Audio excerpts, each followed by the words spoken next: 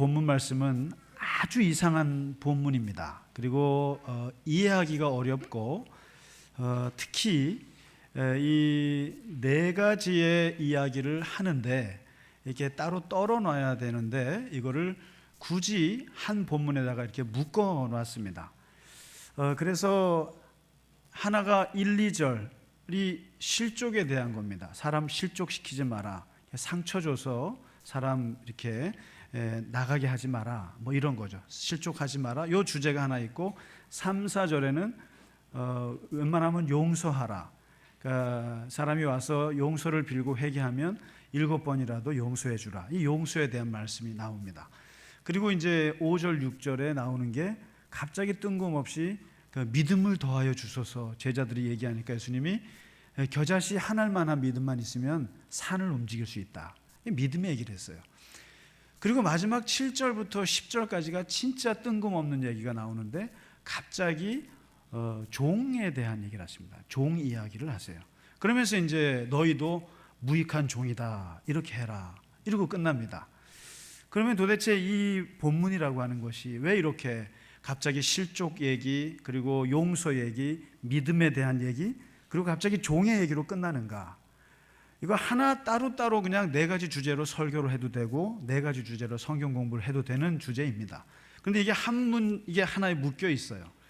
그래서 많은 목사님들이나 보면은 이걸 떨어뜨려서 얘기합니다. 실족에 대한 얘기 따로 하고 또 뭐 믿음에 대한 얘기 따로 하고 이렇게 할 수 있는데 제가 다시 한번 이걸 봤어요. 왜 이거를 묶어놨을까 하고 보면서 느낀 것이 하나 있습니다. 앞에 실족시키지 말라는 말, 그리고 용서하라는 말, 믿음에 대한 이야기는 일종의 문제 제기예요. 일종의 이게 어려운 문제예요. 이게 사람이 예수님도 그러잖아요. 네가 남에게 말로 상처를 줘서 실족하게 하는 게 없을 수는 없다. 왜요? 우리가 항상 말실수가 많으니까. 그러나 실족시키지 마라. 조심해라. 또 용서. 네가 웬만하면 용서해라. 근데 그게 어려운 거거든요. 그게 용서라는 게 얼마나 어렵습니까? 그 다음에 믿음을 가지고 산다는 게 얼마나 어렵습니까? 이 세 가지 큰 무거운 주제를 얘기를 하시고는 이 문제를 해결하는 답으로서 7절, 8절, 9절, 10절을 얘기하셨다는 거예요. 이게 종이 되라. 종에 대한 얘기를 하세요. 종. 그러면서 이 종이라고 하는 것이 사람이 종이 되면 그렇지 않습니까? 우리가 실족시킨다는 게 자아가 강해서 그런 거거든요. 자기 주장이 강하기 때문에 상처를 주거든요. 근데 뭐 종이라는 게 이게 노예입니다. 노예가 무슨 자아의식이 있고 무슨 자기 주장이 있어요? 상처 줄 일 없습니다. 그리고 노예가 무슨 용서를 하고 말고 할 자격이 있습니까? 노예는 용서라는 말을 할 자격이 없는 존재죠. 그리고 믿음, 겨자씨 한 알만 있으면 된다고 하니까 이 노예에게는 있는 게 뭡니까? 아무것도 없잖아요. 없는데 오직 있다면 주인밖에 없습니다. 이 겨자씨 한 알이라는 게 주인 한 분만 있으면 되는 거예요, 사실은. 그러니까 사람이 종의 의식을 가지게 되면은 용서라고 하는 것도 아주 어려운 문제가 아닌 거예요. 그리고 남에게 실족시킬 일도 없어요. 그리고 사실 믿음이라고 하는 것도 단순해야 믿음이 생기는 건데 주인밖에 모르는데 종이 믿음이 얼마나 세겠습니까? 그러면서 종에 대한 이야기를 예수님이 뜬금없이 지금 하고 계시는 거예요. 그 프란스 셰퍼라고 하는 미국의 기독교 철학자면서 목사인 분이 있는데 이분이 이런 말을 했습니다. 사람은 내가 어떤 정체성을 갖느냐에 따라서 그 사람의 운명이 결정된다 이렇게 얘기를 했어요. 사람이 자기를 스스로 어떻게 인식하느냐가 제일 중요하다는 거예요. 이것을 셀프 아이덴티티라고 그러고 특히 우리 크리스찬들은 크리스찬 아이덴티티라는 게 있습니다. 기독교적인 자기의식이 있어요. 자기 정체성 의식이 있는데 성경에는 세 가지를 얘기합니다. 근데 우리는 꼭 두 가지만 얘기를 해요. 항상. 이게 뭐냐면 하나님의 자녀 정체성이 있습니다. 이 하나님의 자녀 정체성은 우리가 구원받으면서 예수님 만나면서 얻은 특권이고 이것은 주님이 주신 권세요. 하나님이 주신 무한한 자유고 능력이고 기쁨이 하나님의 자녀하면. 그래서 기도할 때도 아버지께 기도하라고 그랬으니까 당당하고 안정감이 있고 대담합니다. 그리고 항상 이 하나님의 자녀 의식은 정말 세상을 당당하게 살 수 있고 아주 그렇게 안정감 있게 살 수 있는 좋은 말입니다. 이 정체성이. 그런데 이제 이게 두 번째, 조금 이 하나님의 자녀는 불안정합니다. 이게 뭐냐면 하나님의 자녀보다도 조금 더 다음에 나오는 이 정체성이 있는데 주님의 제자라는 게 있어요. 주님의 제자. 너가 하나님의 자녀로만 사는 것이 아니라 그리스도를 따르고 그리스도를 배우고 그리고 그리스도를 모방하면서 사는 그 삶의 모습을 얘기하는 거거든요. 그런데 이 제자들이라고 하는 것은 어떻게 내가 자기를 부인하고 어떻게 내가 즉각적으로 주님을 따르고 주님을 살아갈, 이런 걸 고민합니다. 그래서 항상 우리가 하나님의 자녀, 주님의 제자, 좋은 얘기를 하는데 실제로 복음서에 보시면은 제자들이 보면은 그렇게 예수님을 잘 따르지 못했습니다. 전부 다 자기 성격대로 따르고 자기 기질대로 따르고 자기가 원하는 대로 예수님을 따랐습니다. 그래서 어떤 제자들은 예수님 앞에 성질 내다가 천둥이란 소리를 듣게 되고, 또 어떤 사람은 좌의정 우의정 시켜달라고 청탁하다가 예수님께 한 소리 듣기도 하고, 어떤 제자들은 마음에 안 든다고 예수님을 30은 30에 팔아먹기도 하고, 베드로 같은 제자는 3번이나 부인하고, 전부 다 이 제자라고 하는 정체성은 굉장히 좌충우돌이에요. 그리고 굉장히 뭔가 시행착오가 많습니다. 그래서 하나님이 이렇게 쓰시기에는 그렇게 적절한 게 제자가 아니에요, 사실은. 그래서 이제 마지막 3번째 정체성이 있습니다. 이게 신앙의 단계인데, 사람이 하나님 앞에서 이렇게 만나서 자아를 죽여나가고 그리고 내 안에 점점점 주님이 들어오시는 그 비율이 깊어지는 단계거든요. 이게 하나님의 자녀는 하나님이 들어오신 자리가 없어요. 그냥 자아가 강한 겁니다.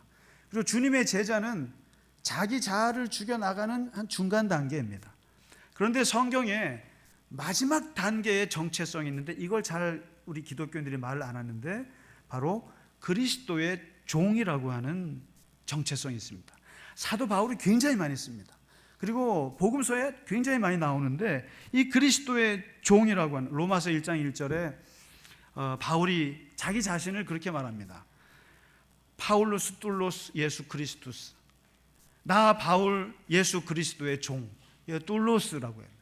우리가 이제 종이라고 그러니까 굉장히 듣기 좋은 말이죠. 그래서 심지어는 우리나라의 한때 교회에 목사들을 주의 종이라고 하는 거 혹시 들어보셨나요? 그래서 이 목사들을 이제 주의 종이라고 하는 문화가 있어가지고 이게 주의 종에다가 이게 뭐라고 붙이나 그래갖고 님자를 붙이기, 주의 종님, 무슨 종에다가 님자를 붙여요. 종놈이죠.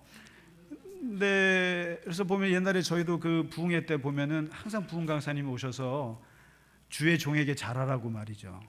그리고 이제 막 협박 비슷하게 하시죠. 주의 종에게 순종하고 주의 종에게 잘하면 복 받고. 근데 이런 문화는 빨리 없어져야 됩니다. 특히 개신교회는 주의 종은, 모든 크리스찬은 다 주의 종입니다.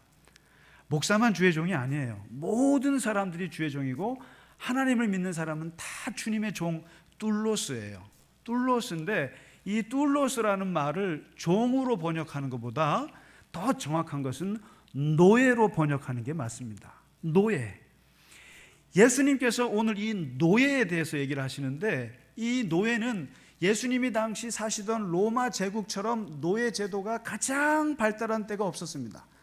사실 우리가 요즘 소득 주도 성장이다 그러고, 또는 여러 가지 경제 얘기를 할 때 개발 경제, 무슨 성장 경제, 소득 경제 이렇게 얘기합니다만은, 로마 제국을 지탱하는 경제를 가리키는 말이 노예 경제입니다. 노예 경제. 다시 말해서 로마 제국의 3분의 1 이상이 노예들로 구성됐고, 모든 로마 제국의 그 길들, 건축물들, 콜로세움, 모든 경기장 이런 것들 전부 다 노예들이 세우고 노예들이 짓습니다. 그래서 로마는 노예들이 없으면 붕괴되는 제국이 이 로마 제국입니다. 그런데 이 노예라고 하는 것, 이 툴로스라고 하는 것은 4가지가 없어요. 하나는, 첫째는 소유권이 없습니다. 자식들도 자기 자식이 아니에요. 소유권이 없습니다. 자유가 없어요. 권리가 없어요. 그리고 일을 해도 임금 없습니다. 보상이 없어요. 그리고 생각과 의지와 자기 감정이 없습니다. 오직 모든 것이 다 자기가 계획할 수가 없어요. 다 주인에게 매여 있으니까.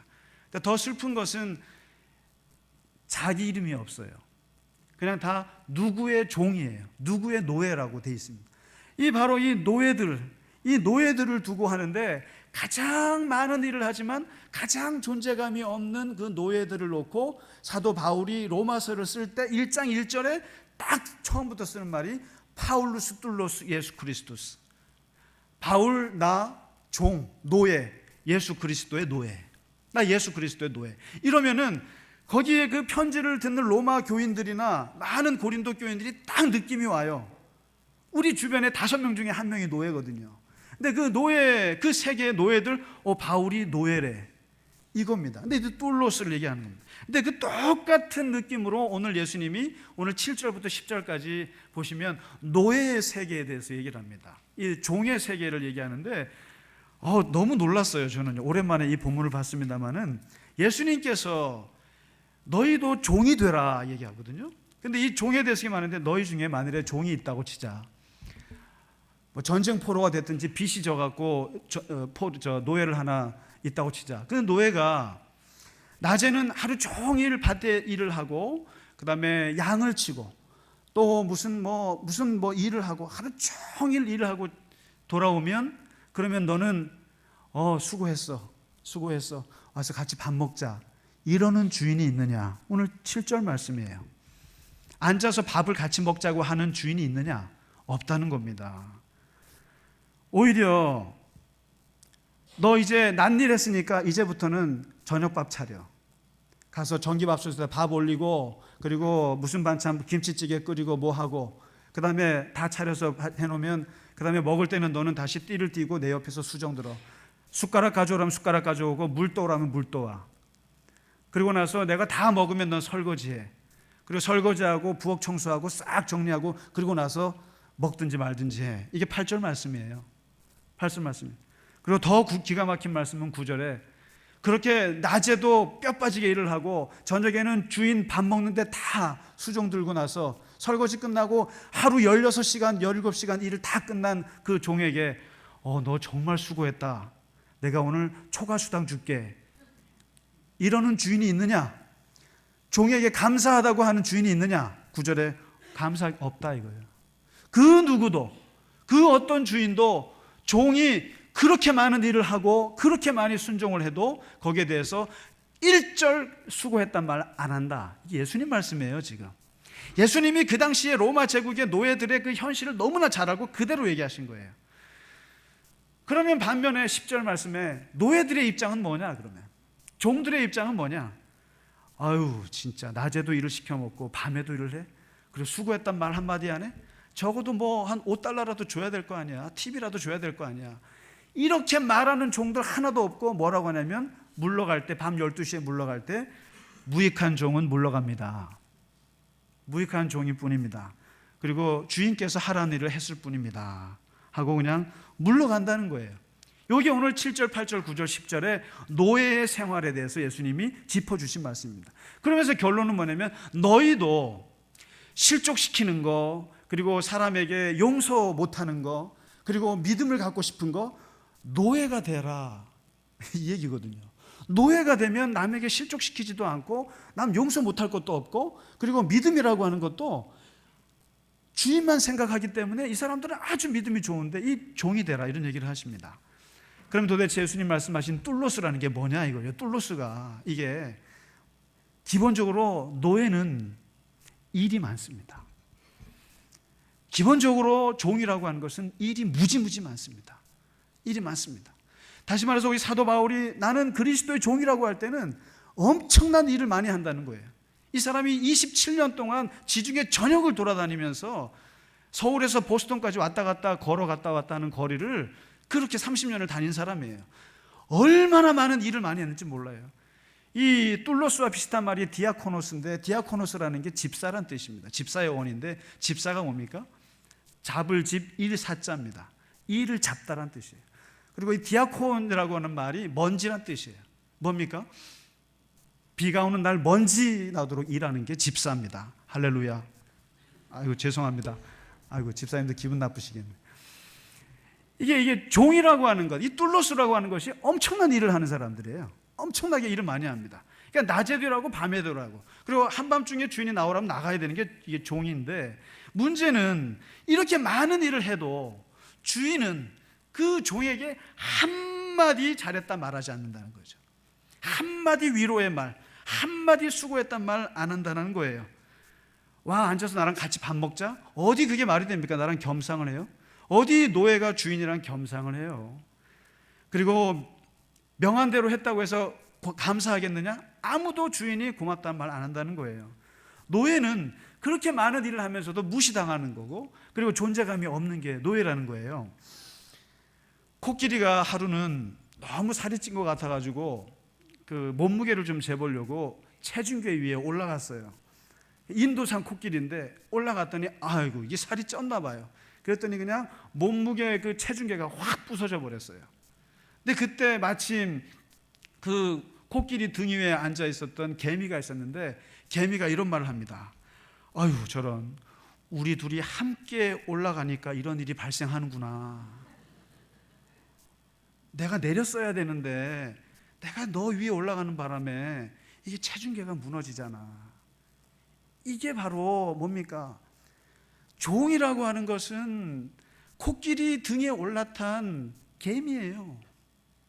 개미가 아무리 많은 일을 해도, 아무리 많은 업적을 남겨도 하나도 코끼리에게는 영향이 없어요. 아무리 종이, 그리스도의 종들이 아무리 많은 하나님의 앞에 일을 많이 하고 엄청난 역사적인 업적을 남겨도 우주를 섭리하시는 하나님 앞에 코끼리 위에 개미입니다. 아무것도 아니에요. 여러분, 세상에 알렉산더가 엄청난 제국을 그렇게 만들어서 대단한 제국의 왕이라고 한들 흔적이나 있습니까? 흔적은 있죠. 책에 기록은 됐으니까. 아무리 하나님의 일을 많이 하고 일을 많이 한다고 해도 종들은 존재감이 없는 게 종이라는 겁니다. 아무리 어디 내가 뭐 일을 많이 해서, 제가 개인적으로 제일 안타까워하는 것 중에 하나가 묘자리에다가 기념비 세우는 거, 거기다가 막 기록하는 거. 기념비를 왜 세우는지 모르겠어요. 자기를 그렇게 기억시키고 싶은가요? 자기가 내가 했던 일을 그렇게 많은 사람들에게 인정받고 싶은가요? 그렇게 많은 사람들에게 알리고 싶으세요? 나의 업적을? 아무 의미가 없다는 것입니다. 하나님 보시기에 한없는 부족감이라는 겁니다. 누구에게 칭찬을 받느냐? 칭찬은 고래도 춤추게 하죠. 그런데 중요한 것은 그 고래에게 칭찬하는 주체가 누구냐가 중요한 거죠. 칭찬을 엄마한테, 어미 고래한테 칭찬을 받아야 그게 진짜 칭찬이에요. 근데 사람들이 칭찬을 해서 춤을 춘다면 그건 놀이개감입니다. 하나님의 종들은 주인이 칭찬하면 되는 것이죠. 솔직히 말해서 제가 목사가 되어가지고 교인들이 칭찬하고 교인들이 좋아하고 사람들이 좋아하는 그 칭찬에 제가 놀아나면 그게 종이 아니죠. 하나님이 기뻐하시냐가 중요한 거 아니겠습니까? 저뿐만 아니라 우리 모든 교우들께서 주의 종, 뚫로스인데, 뚫로스는 누가 기뻐하느냐는 거죠. 주인만 기뻐하면 되는 것인데 왜 그렇게 인정받고 싶어 하는가? 왜 그렇게 사람들이 위로를 해야만 나는 힘이 나는가? 하나님이 위로하는 것, 오늘 아무것도 안 한다는 겁니다. 근데 마지막 10절에 보면 더 중요한 것은 이 주인, 종들이 갖고 있는 의식이 더 무서운 거라는 거예요. 지금 주인은 한마디도 안 했다고 쳐요. 그런데 종들은요 더 무섭습니다. 오늘 보시면 우리는 무익한 종이라, 무익한 종이라, 그냥 우리가 해야 할 일을 했을 뿐이니다. 모든 종들이 지금 하는 말이, 밤 12시에 퇴근하면서 하는 말이 그겁니다. 우리가 해야 할 일을 했을 뿐입니다. 잘했는지 못했는지 관심 없어요. 어떤 성과를 냈는지 관심이 없어요. 종들은 사람들이 얼마나 영향을 받았는가 관심이 없습니다. 후손들이 어떻게 생각할지 관심이 없어요. 오직 그들의 관심은 주인이 시켰으면 하는 것이고 안 시키면 안 하는 것이죠. 주인이 가라면 가고 주인이 멈추라면 멈추고, 그것으로 뿐 나는 무익한 종이라. 아무것도 거기에 대해서 토를 달지 않고 그냥 나는 바라보고 있을 뿐이다. 아라비아산 말이 명마가 30억이나 됩니다. 이번에 어떤 분이 30억 그 샀잖아요. 근데 그 30억짜리 명말을 만들기 위해서 그 과정을 보니까 기가 막혀요. 이 조련사가 말들을 사가지고 사지 않고 돈 주지 않고 일단 먼저 몇십 마리를 산대요. 몇십 마리를 사가지고 그 일주일 동안 우리에 가둬놓고 일주일 동안을 굶깁니다. 굶기는데 물도 안 주고 여물도 안 주고 아무것도 안 주고 굶기다가 일주일 딱 되는 날, 그리고 이제 일주일 동안에 가끔씩 호루라기를 삑삑 분대요. 그게 전부랍니다. 그러다가 이제 일주일쯤 되면은 이 말들을 우리를 탁 열어 제끼면은 말들이 저 너머에 있던 그 시냇 물가로 그냥 아주 쏜살같이 달려간대요. 물 먹으러 달려가는데 막 달려가는 그때 조련사가 호루라기를 빽 분답니다. 불면 전부 다 달려가는데 한두 마리가 딱 멈춘대요. 그 호루라기 소리에, 일주일 동안 들었던 호루라기가 딱 멈춘대요. 그러면은 다른 말들은 전부 다 주인에게 보내고 이 두 마리만 딱 산대요. 사가지고 그때부터 맹훈련을 시킨답니다. 맹훈련을 시킨대요. 그리고는 이 맹훈련 끝에 나온 게 30억짜리 명마가 된다는 거죠. 이 조련사들이 보는 초점은 뭡니까? 의외로 빨리 달리는 말들이 많대요. 굉장히. 그런데 빨리 달리는 말은 하나도 필요치 않고 호루라기에 딱 멈추는 그 말들, 주인의 말에 복종하는, 주인의 말에 집중하는 그 말들을 골라서 명말을 만든다는 거죠.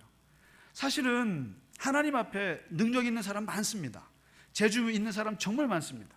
그리고 물질적으로나 또 학력에서나 모든 면에서 능력 있는 사람 많아요. 그런데 정말 하나님이 필요로 한 사람은 당신의 말을 듣는 사람, 복종하는 사람인 거죠. 괜히 이 말을 하면서 목사가 교인들한테 말 잘 들으라고 하는 그런 유치한 말로 듣지 않으시기 바라십니다. 그런 식으로 제가 드리는 말씀 아니에요. 저한테 말 안 들으셔도 돼요.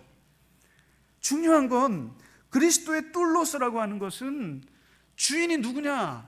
하나님의 그 순종이 먼저라는 거예요. 하나님 앞에 먼저 순종하는 게 먼저라는 거죠. 근데 이 복종하는 사람들이 있잖아요. 이 순종하는 사람들의 행복이 있어요. 이 모든 게 매여 있잖아요. 소유도 매여 있고 이름도 매여 있고 자유도 매여 있고 있는데 이 종들만이 가지고 있는 자유로움이 있어요. 한번 여쭤볼게요. 잠잘 때 주인이 더 머리가 아픈가요? 종이 머리가 아픈가요? 주인이 더 걱정이 많아요? 종이 걱정이 많아요? 주인이 더 건축주가 걱정이 많으세요? 세입자가 걱정이 많으세요? 이렇게 하면 이해하세요? 세상의 모든 것은 주인이 걱정합니다. 다. 이 종들은 생각이 없어요. 종은 사실상 마음 편합니다. 저는 이 부분에 이르러서 제 스스로도 저뿐만 다 우리가 주의 종입니다만은 교회 걱정 안 합니다. 사실 교회 걱정은 주님이 하실 거예요. 주님이 하시는 거고 교회 걱정은 주님이 알아서 하십니다. 그분이 주인이시니까. 솔직히 제가 걱정하는 것 같으세요? 안 걱정합니다. 시키는 것만 할 뿐이에요. 그리고 우리 교우 여러분, 장로님은 살림 걱정, 살림 맡아서 하시는 종들이고 권사님들은 우리 교회 아프신 분들 중보기도 하시는 종들이세요. 집사님들은 일을 맡아서 하는 주님의 종들이세요. 그런데 문제는 아무 마음에 불편함이 없어요. 주인이 알아서 하시는 거니까 그냥 거기에 걱정할 것 없다는 것이죠. 이게 종이라고 하는 것은. 그래서 하나님의 교회나 하나님의 나라는 사실 종이 필요합니다. 하나님은 주님의 자녀들을 기뻐하시죠. 그리고 주님의 제자들을 훈련시키시죠. 그러나 정말로 주님이 쓰시는 사람들은 종을 쓰십니다. 하나님의 종을 쓰세요. 자기가 완전히 죽어 자기 자신을 죽인 그런 사람들을 주님이 쓰시죠. 신명기 15장에 보면 이런 이야기가 있습니다. 종에 대한 규례가 있는데 종이 생기면 6년 동안 실컷 부려먹어라. 6년 동안 실컷 부려먹고 7년째 안식년이 될 때 해방시켜줘라. 풀어줘라. 그리고 해방시켜줄 때 나갈 때는 퇴직금 두둑히 줘서 내보내라. 그런데 이상하게도 나가는 종들 중에 나 안 갈래요 하는 종이 있다는 거죠. 나 안 갈래요. 왜냐하면 내가 주인이 너무 좋아서 나는 주인에게 영원히 종이 될래요 하고 그렇게 같이 살겠다고 하는 종이 있으면 그 종을 데리고 나가서 대문 쪽에 나가서 송곳으로 귀를 뚫어라. 귀를 뚫어라. 그리고 송곳으로 귀를 뚫은 종들은 영원히 너의 종이다. 이것이죠. 여성분들이요, 귀를 왜 뚫으셨습니까? 그 귀걸이가 나는 당신의 영원한 종이 되겠다고 하는 자원하는 마음으로 뚫은 게 귀걸이에요. 알고 뚫으셨어요? 그게 종이 된다는 뜻입니다. 그래서 야, 진짜 이 세상의 모든 여성들은 다 종이구나. 귀를 뚫는 얘기는 자원에서 귀를 뚫는 거예요. 다행스럽게도 여기 계신 분들은 전부 다 크리스찬이 되셨기 때문에 우리는 어찌 보면 예수님에게 자원에서 귀를 뚫으신 분들입니다. 나는 주님의 종으로 살겠다고 귀를 뚫으신 분들이고 그 영원히 주님의 뚫롯으로 사시는 분들인 거죠. 그래서 마지막으로 오늘 사도 바울이 갈라디아서에서 고백하는 게 있어요. 마지막에 나를 더 이상 괴롭히지 마라. 얼마나 바울이 괴롭힘을 당했는지 몰라요. 굉장히 괴롭힘을 당했습니다. 그러나 나를 더 이상 괴롭히지 마라. 내 몸에 예수의 흔적이 있느니라.